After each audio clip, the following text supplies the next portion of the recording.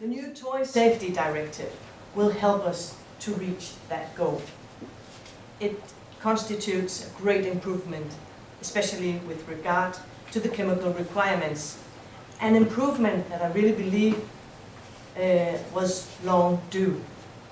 Previously, toy manufacturers have met very few chemical requirements.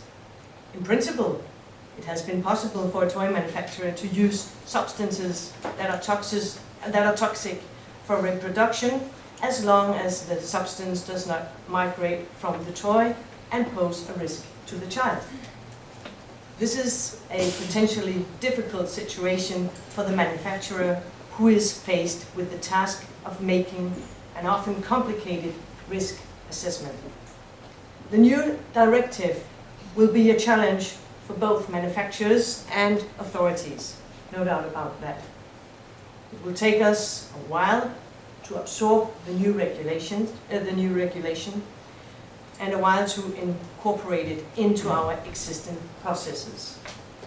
But I strongly believe that we now have a directive that provides our children with a better protection than they have today.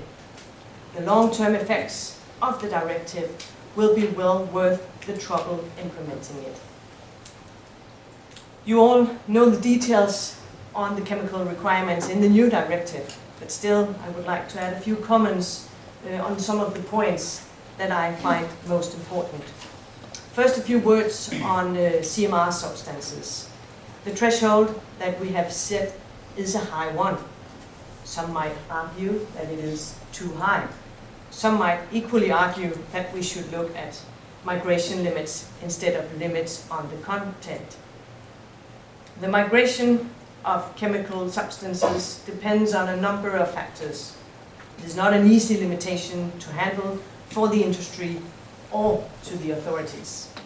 The EU Commission has asked the scientific committee to look into the consequences of using migration as a threshold. I'm looking forward to see what the conclusion will be. And just to let you know that my own personal view on CMR substances is very clear. I believe that this group of substances should not be found in toys at all. And the same can be said for another substance, lead. The European Food Safety Authority has recently published an opinion concluding that there is no safe limit for lead. And in my view, this should automatically lead to a complete ban on lead in all toys. In a case, such a thing as migration limit is simply not acceptable. Our basic guideline should be to avoid all substances that are known to pose a direct danger to the users of these products, and to limit or exclude the use of substances that are potentially harmful and fundamentally unnecessary in toys.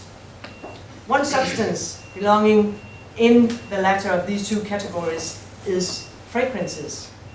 The ban of some of the most harmful fragrances and the possibility of banning more if they prove to be problematic is a step in the right direction. But we should take this issue one step further. We should have a full ban on fragrances in toys. Why should we be willing to run the risk of causing serious and lifelong allergy when fragrances are fundamentally unnecessary in toys? As the Danish Minister for the Environment, it is my job to ensure that any new knowledge of harmful chemicals will be rapidly and efficiently transformed into new legislation to protect the Danish public. And this job, I believe, is now made a bit easier. I applaud the new practice, whereby most of the limits in the new directive can be changed via committee procedure if new scientific evidence appears. This provides us politicians with an ability to rapidly transform new knowledge into new protection for our populations.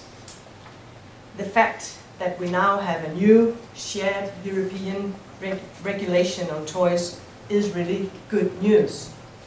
We should always seek European solutions that provide the same restraints and the same possibilities for all European businesses. Unfortunately, there are cases where national regulation is unavoidable.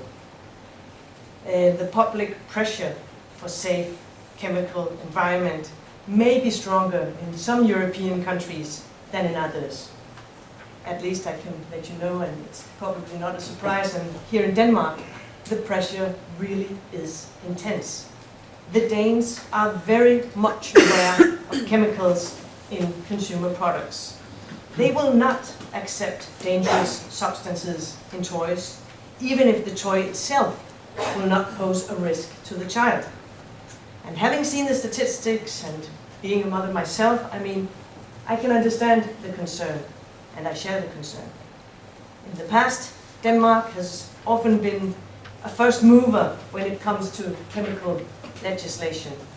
One example was the ban of phtalates in toys and childcare articles for small children. And we will preserve this role and continue to be ambitious in the future as well. I will leave you with this promise. In conclusion, I would like to repeat what I said in my introduction. We are all stakeholders in this project. We are all responsible for its success or its failure.